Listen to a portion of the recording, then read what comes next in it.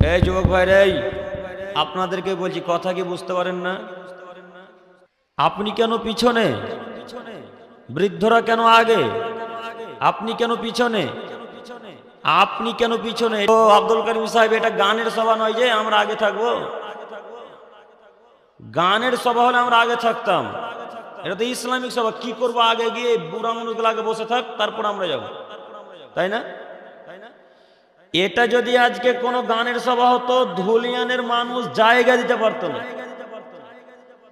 আপনারা জায়গা দিতে পারতেন? এই জায়গাতে মানুষ হাঁটতো।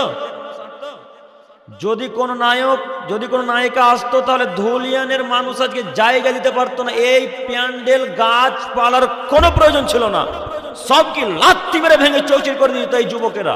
আরে প্যান্ডেলের কিসের প্রয়োজন? এমনিতে তো মানুষ হাঁটে না, আবার বাস কি করবে? ওই কাপুরুষের বাচ্চা কাপুরুষ এখন দাঁড়িয়ে